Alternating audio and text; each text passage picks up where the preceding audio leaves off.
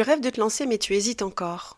Tu te demandes s'il faut attendre le bon moment, être prête à 100% ou simplement oser malgré les doutes. Alors cet épisode va te parler. Aujourd'hui, je tends le micro à Maud, une entrepreneure bretonne au parcours touchant et engagé. Fondatrice de La Magie, elle propose des massages bien-être à domicile, en entreprise et pour des publics souvent oubliés, les personnes en situation de handicap, en EHPAD ou hospitalisées à domicile. Elle nous raconte comment elle a transformé un rêve d'enfance en projet professionnel, comment elle a surmonté le report de son lancement à cause du Covid et pourquoi elle a choisi de mettre le soin, l'inclusion et l'éthique au cœur de son entreprise. Bienvenue sur les Queens du Biz, le podcast qui célèbre les femmes entrepreneurs de Bretagne. Je suis Virginie, je suis ton hôte et je suis passionnée par l'entrepreneuriat et la richesse des talents féminins bretons. Ici, toutes les 2 semaines, je vais mettre à l'honneur une femme qui va pouvoir venir partager son parcours, mais également venir diffuser son message. Prête pour l'épisode du jour ? C'est parti ! Alors aujourd'hui, je suis avec Maud, qui a accepté l'interview sur le podcast des Queens du Biz. Et elle va nous expliquer un peu où est-ce qu'elle est, parce qu'elle intervient dans plein d'endroits différents sur la Bretagne. Maud, comment ça va aujourd'hui ? Eh bien, ça va très bien. Je te remercie, Virginie. Et toi, comment vas-tu ? Eh ben, ça va bien aussi. Un peu speed, hein, mais ça va aller. Alors, Maud, est-ce que tu peux, en quelques phrases, nous expliquer quel est ton métier, ton activité et qui tu es, pour te présenter du coup aux auditeurs qui ne te connaissent pas encore. Eh bien, donc je m'appelle Maud. Je suis sous le nom de La Magie, mon entreprise. La Magie, pour beaucoup de raisons, ce nom-là, je vous l'explique. Donc moi, je propose des massages à domicile, massages californiens, donc qui se pratiquent avec une huile de massage bio. Je favorise vraiment des produits bio et fabrication française. Je mets un point d'honneur sur ça, point de vue éthique. Et je propose également des massages assis. Donc ça, les massages assis, je sais pas si tu connais ou si vous connaissez, mais le massage assis se pratique sur une chaise ergonomique. Les personnes restent habillées. L'idée, c'est de proposer ça dans les entreprises. Ouais. Là, c'est vraiment de cibler les entreprises pour proposer le bien-être au travail. Le massage californien, je vais cibler plutôt les particuliers et les structures aussi, parce que l'idée, c'est de proposer mes services pour tous. Pour tous, c'est-à-dire les personnes en situation de handicap, parce que j'ai la double casquette. Je travaille dans une structure pour les personnes adultes en situation de handicap. Et il y a vraiment une demande de massage, une demande de bien-être. Et donc c'est comme ça que c'est venu l'idée de proposer des massages à domicile. Je fais également des épilations. J'ai de la demande également dans les structures pour des épilations. Les personnes qui ont du mal à s'ouvrir à l'extérieur, ou c'est une source de stress. Voilà, l'idée, c'est de venir à eux et d'inclure en fait ces personnes-là dans la société. Ouais, parce que j'allais justement rebondir sur le fait que toi, du coup, tu vas dans les structures. Quand tu parles de structures, tu parles essentiellement de structures qui accueillent des personnes en situation de handicap ou d'autres types de structures ? Non, il y a aussi d'autres structures. C'est vrai que pour le moment, comme je travaille en parallèle dans une structure pour les personnes en situation de handicap, je vise ce public-là, mais il y a aussi dans les EHPAD,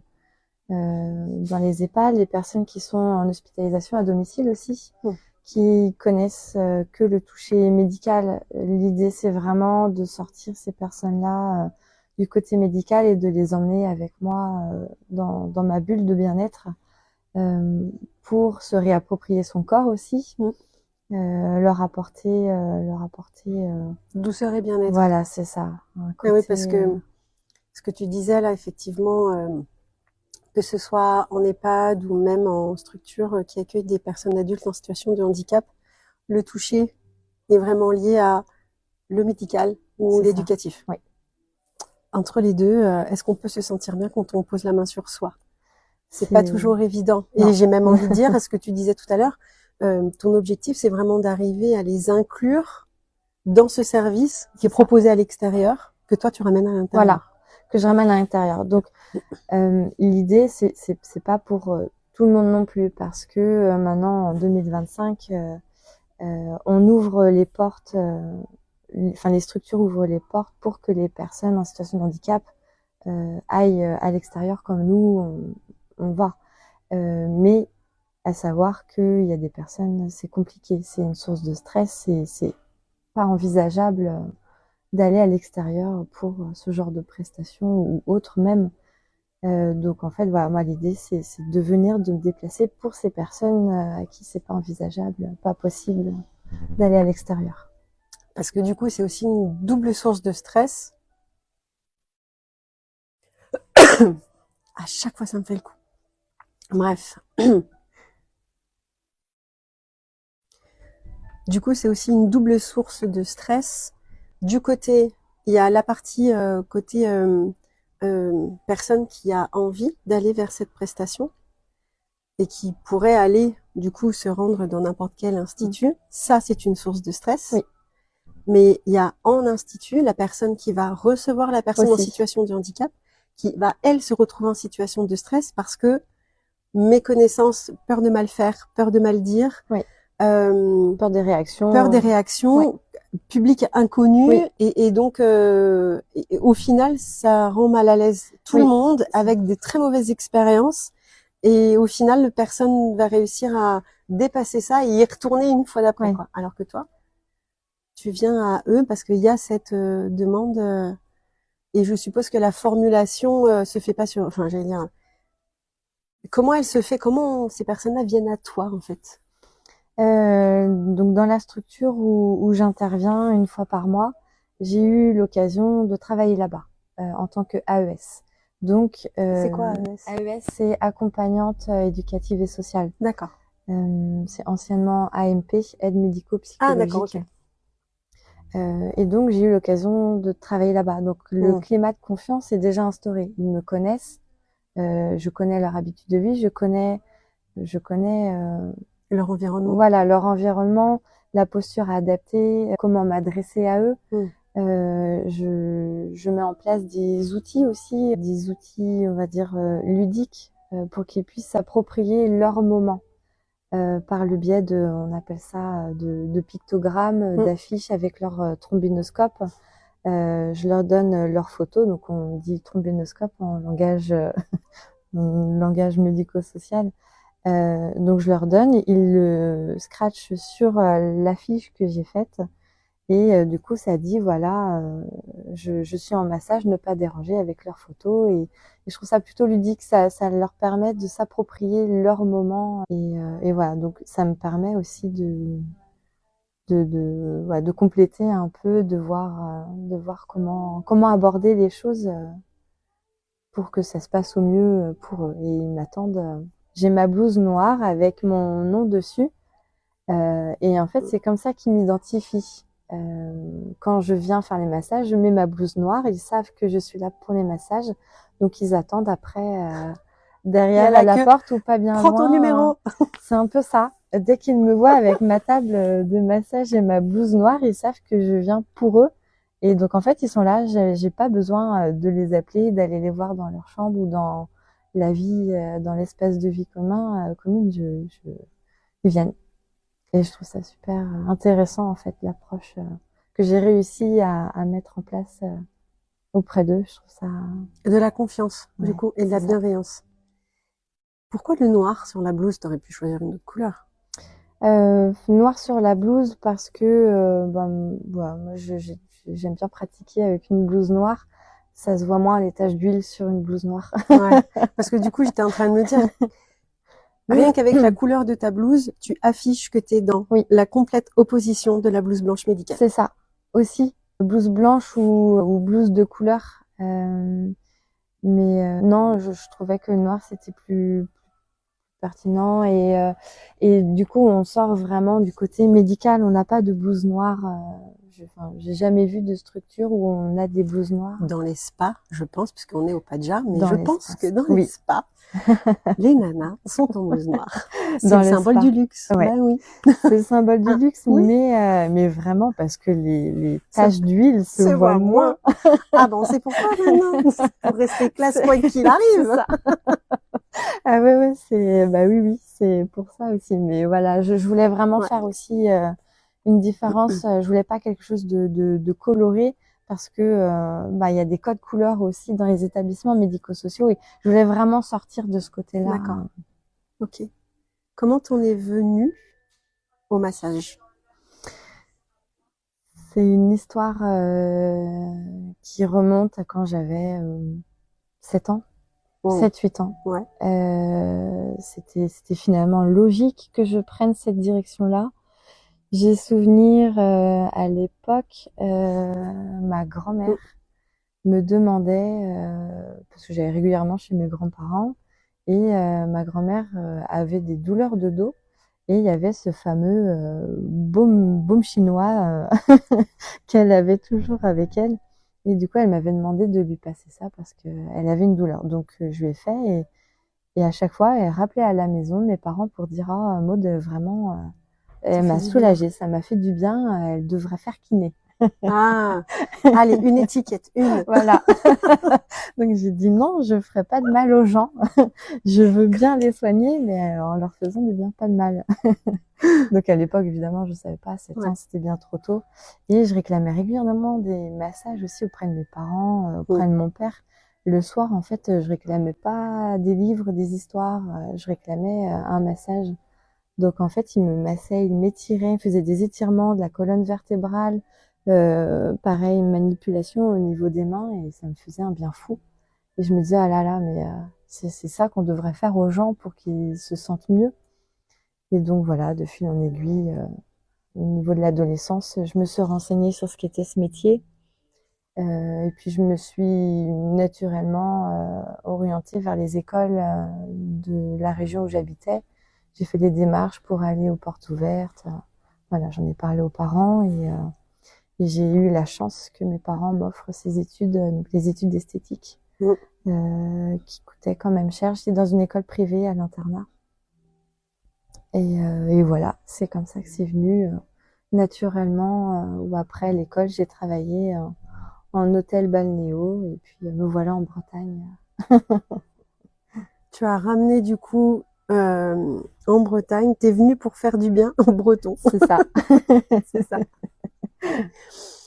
Quand est-ce que, du coup, tu savais, enfin, t'as commencé par la balnéo, etc. Ouais. Donc, t'étais salariée. Oui. À quel moment t'as switché en disant, je veux être mon propre patron? C'était quoi le déclic? Un mauvais moment avec un patient, un client. Tu m'as dit, ou j'en les ai patrons. marre. Ah oui, ou les patrons, ça arrive aussi. Non, je dirais plus le côté vente de l'esthétique qui ne me convient pas du tout. Je suis une très mauvaise vendeuse. Je n'aime pas vendre. Je n'aime pas forcer les gens. Je pars du principe où si les gens ont envie, ils viennent. Donc la vente de prestations aussi, on avait la pression de vendre les prestations, de vendre les produits. Et moi, c'était pas ça. Je voulais vraiment pas ce côté-là. Donc j'ai arrêté parce que je m'y retrouvais pas du tout et je me suis dit bon, il y a quelque chose à faire, mais j'étais revenue par cette peur, cette fameuse peur où j'ai mis quand même 8 ans à me lancer, à mon compte. C'est ça. Et du coup, qu'est-ce que tu as fait pour gérer cette peur? Est-ce que tu as fait quelque chose déjà pour t'accompagner, pour pouvoir ensuite vivre pleinement de l'activité que tu voulais, de la façon dont tu voulais? Je n'ai pas envie de vivre avec des regrets. Okay. Je pars du principe où je me dis si je pars demain, je veux pas avoir de regrets. Et moi, mon regret, c'était de pas me lancer parce que j'ai vraiment eu cette envie-là assez tôt finalement. Mais je voulais avoir de l'expérience avant de me mettre à mon compte. Mais il y a eu le Covid. J'avais eu cette idée-là avant le Covid. Je me disais, bon, le massage assis, ça me plaît quand même bien. C'est une pratique qui est en train de se développer, très connue en Amérique. Et je me suis dit, forcément, ça va venir en France. Et il y a eu le Covid, donc non essentiel. Donc je me suis dit, c'est pas la peine d'investir de l'énergie, de l'argent pour me Maintenant. former, pour tout mettre en place et finalement laisser tomber parce que il y a le Covid. Ouais. Je sais pas si je me serais relevée après en me disant allez, je me rebouge, je recommence tout et donc non. Donc j'ai laissé passer le Covid. Ça m'a permis de potasser aussi, d'affiner un peu mon projet. Donc finalement, merci le Covid, merci le confinement. Dans Il y a chaque pas que du chose un mauvais. peu, j'ai envie de dire, merdique, il y a toujours un cadeau Toujours. caché derrière. Il y a toujours une surprise. Oui, c'est ça. Et donc pour moi, ça a été ça. Ça a vraiment été bénéfique. J'ai bien vécu le confinement. Ça m'a permis d'écouter des podcasts aussi pour m'aider à passer au-dessus de cette peur-là. T'écoutais quoi, par exemple? Des podcasts sur le développement personnel, des livres aussi. J'ai lu beaucoup de livres. T'en as un à recommander, du coup, sur, pour celles qui seraient dans la même situation, genre alors, j'ai un peu peur et... J'en ai pas forcément un particulier. C'est très subtil en fait. J'aime bien Maud Ankawa qui Oui. écrit beaucoup. Ouais, c'est très pertinent. J'en ai lu 2. Ouais. Virginie Grimaldi aussi. Bon, c'est les plus connus, hein, mais voilà, il y en a plein d'autres en fait. Mais pas forcément un en particulier. Je pense que c'est vraiment une accumulation de tous ces podcasts sur le développement personnel et des bouquins que je me suis dit bon, faut que je me lance. Ok. C'est le moment. Et est-ce que tu peux du coup nous raconter le moment où tu as ouvert? Quand tu te dis, t'étais partie du coup sur quel statut? Micro-entreprise? Oui. Ah oui, par contre. Quand t'as ouvert, quand t'as cliqué, ouais. Ça t'a fait quoi? Ça y est. Eh ben, j'ai eu un sacré poids sur les épaules qui est parti. Ah oui? Qui est parti. Ça a Pas été... qui s'est mis, qui est parti. Libération totale. C'est ça. Je me suis dit, c'est bon, je réalise enfin la chose que je dois faire là où je dois être. Génial. Donc, alors évidemment, j'ai eu une vague de peur après. Hop, on y retourne. C'est ça. Bah oui, ça nous quitte pas comme ça non plus. Hein. Ouais. Mais soulagée de me dire, ça y est, je suis en train de le faire et c'est possible finalement. C'est possible. Et le mot d'ordre, je pense que c'est ose. Oser faire les choses. Ouais, de l'audace. Ça, allons-y. Ça, c'est à profusion. Ça, c'est l'audace en abondance. Super. Bah, vachement bien. Super. Du coup, petit conseil et bon, partage d'expérience du coup, parce que ça, ce moment où tu cliques, tu prends une grande respiration, tu dis ça y est. C'est ça. Bon, concrètement, ça change rien à 10 minutes avant, mais ouais. Mais psychologiquement, la posture, etc. J'existe. Ouais, ça y est, c'est ça. Ouais, je vais pouvoir faire connaître ce métier-là et de l'ouvrir à tous. Je pense que c'est ce qui fait ma signature, c'est le fait d'inclure le bien-être pour tous. Tous avec un grand T. C'est ça. Ouais. C'est ce que je veux faire. Okay. J'ai eu l'occasion d'être bénévole à l'association Faire Face Ensemble. C'est une association qui accueille les personnes atteintes de cancer. D'accord. Et ça me tenait vraiment à cœur de faire ça. J'ai arrêté parce que la distance faisait que c'était compliqué. L'organisation de mon planning aussi, travaillant dans le médico-social, c'était compliqué, mais c'est ce qui m'a fait le déclic. Le fait de pouvoir proposer des soins visage aux personnes atteintes de cancer, j'étais alignée. J'étais clairement alignée. J'étais là où je devais être et c'est ça que je veux proposer. C'est exactement ça.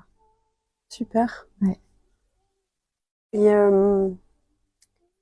maintenant que ça y est, que t'existes, on repart sur ça y est, je vais pouvoir proposer à tout le monde officiellement et partager du coup mon message et mon activité. Ouais. Qu'est-ce que tu as fait tes premières grandes actions en tant qu'entrepreneur derrière? T'es parti sur quoi? De la com, du marketing?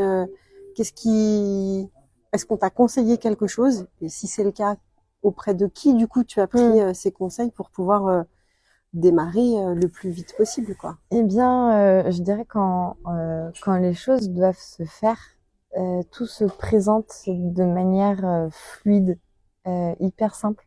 Je pensais que ça allait être compliqué de pouvoir mettre les choses en place parce que je suis pas du tout tout ce qui est ordinateur numérique. Moi, c'est vraiment la bête noire. Et je me disais, ça va être compliqué de se faire un nom Dans si ce monde de je n'ai brut. rien. Et donc, en fait, j'ai contacté une personne d'une association il s'avère qu'elle était la responsable en fait qui s'occupait un peu de faire entrer en gros les personnes dans cette association-là et du coup je suis allée la rencontrer pour avoir un peu plus d'enseignements sur leur association et du coup elle m'a donné contact de la personne qui a fait son site internet, sa carte de visite, son logo. Donc j'ai contacté cette personne-là. Un mois après, je me suis mise en parenthèse, j'ai pas travaillé, je me suis vraiment bloquée un mois en me disant, ce mois-là, ça va bouger et je vais pouvoir bien démarrer. Et donc elle m'a fait mon site internet, mon logo, mes flyers, ma carte de visite. Il y a eu un sacré travail de fait avec elle parce que je démarrais vraiment de zéro. Business plan, je savais pas du tout ce que c'était. Et oui, les mots C'est ça. que les entrepreneurs aiment tant, Oui. hein, business plan, Ouais. business model, stratégie com, C'est ça. voilà. Tout le côté, je pense que cette peur venait de là aussi. Je me sentais pas capable de faire ça seule. Ouais. Et en fait, les rencontres se sont faites naturellement, de manière vraiment fluide. Donc, je me suis laissée emporter dans cette belle vague-là, vraiment sereine. Une fois que le mois était passé, que ton site internet et carnet étaient faits, est-ce que tu t'es vraiment rendu compte de l'existence de ton activité? Est-ce que ça a permis de rendre concret les choses? Ouais. Oui, parce que c'est visuel. T'as un site internet, c'est visuel, tu le partages. Un logo hyper fier d'avoir ton logo. C'est le fameux logo. C'est ta marque de fabrication, c'est toi, c'est ce qui te représente, c'est hyper intime finalement le logo qui représente vraiment en fonction de l'échange que j'ai pu avoir avec cette personne et vraiment je la remercie du fond du cœur parce qu'elle a ciblé qui j'étais et avec toutes ces subtilités qu'elle a su mettre en avant dans le site internet et dans le logo. Donc d'ailleurs, on va parler de ton logo. Pourquoi la magie? Attaché en plus. Ouais, tout attaché. Tout attaché. La magie, avec un petit chapeau. C'est ça. La magie parce que dedans, il y a le mot ama. Le mot ama, ça signifie massage. Ok. Tu as le mot âme, parce que le massage se fait de âme à âme. Oui. Et la magie, c'est ce que procure, c'est la magie du massage, c'est ce qui procure dans son intégralité.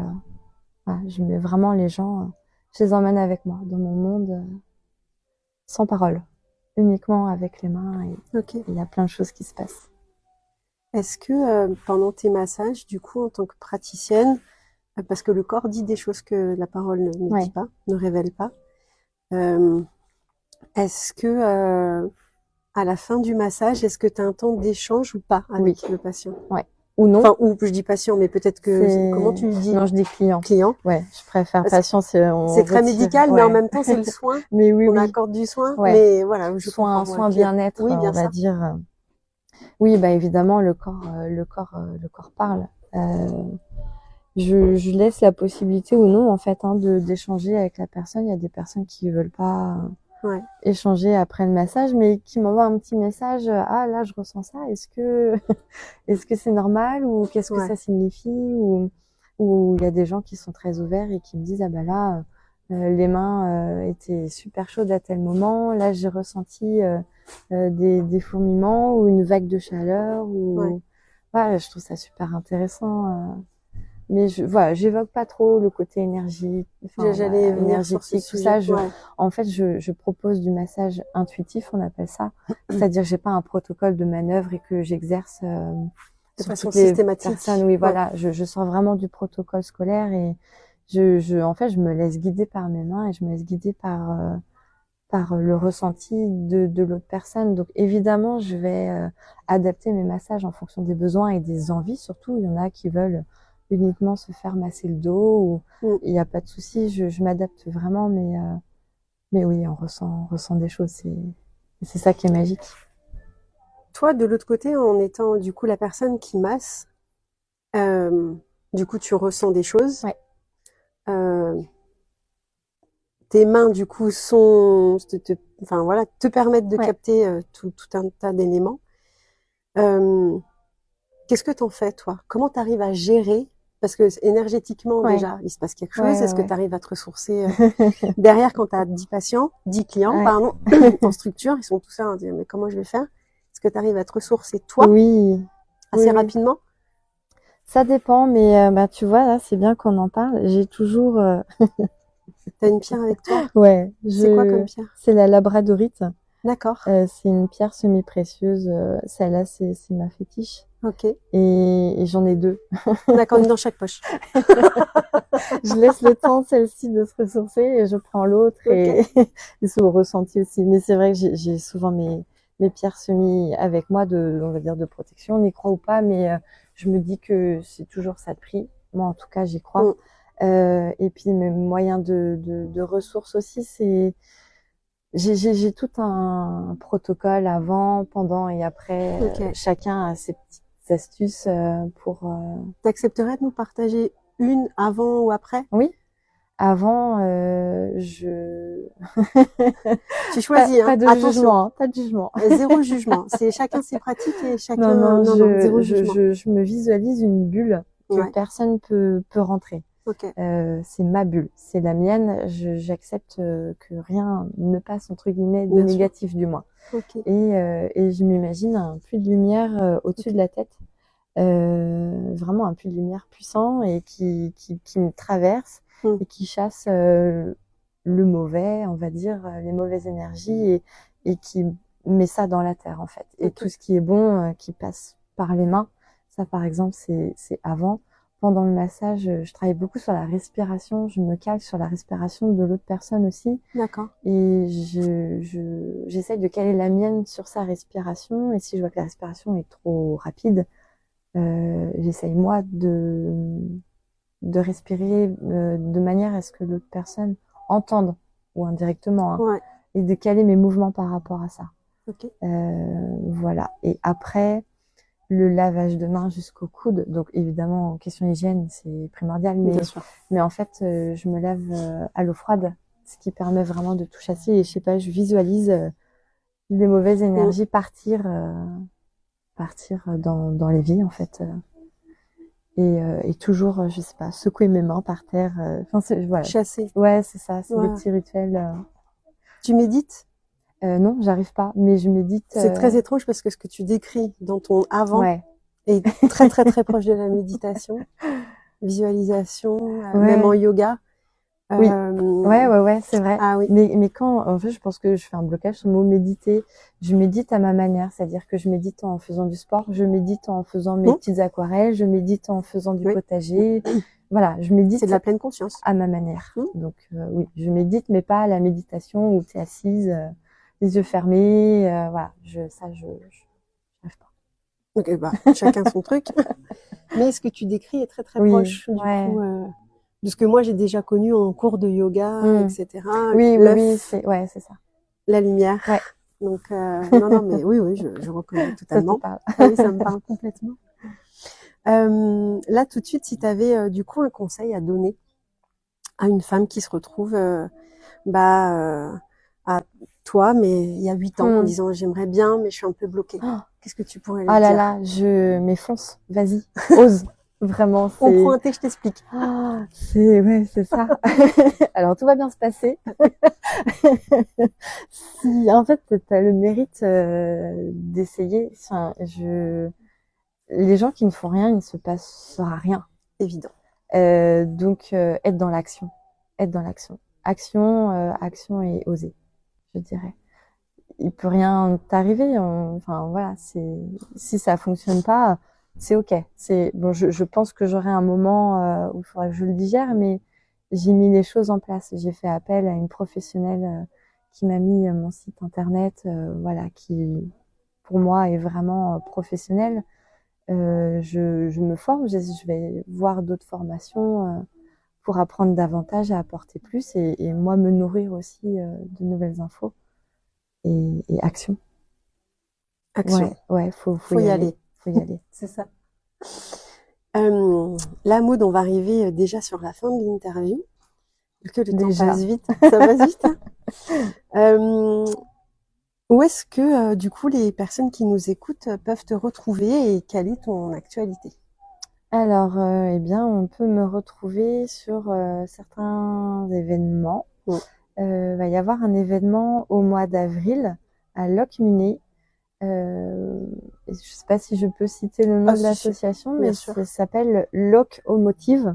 D'accord. C'est une association qui a pour but de récolter de l'argent et d'envoyer ça à l'hôpital à Paris. Je sais plus le nom, je m'en excuse, j'ai oublié. Pour les personnes atteintes de cancer, pour voilà, faciliter les avancées.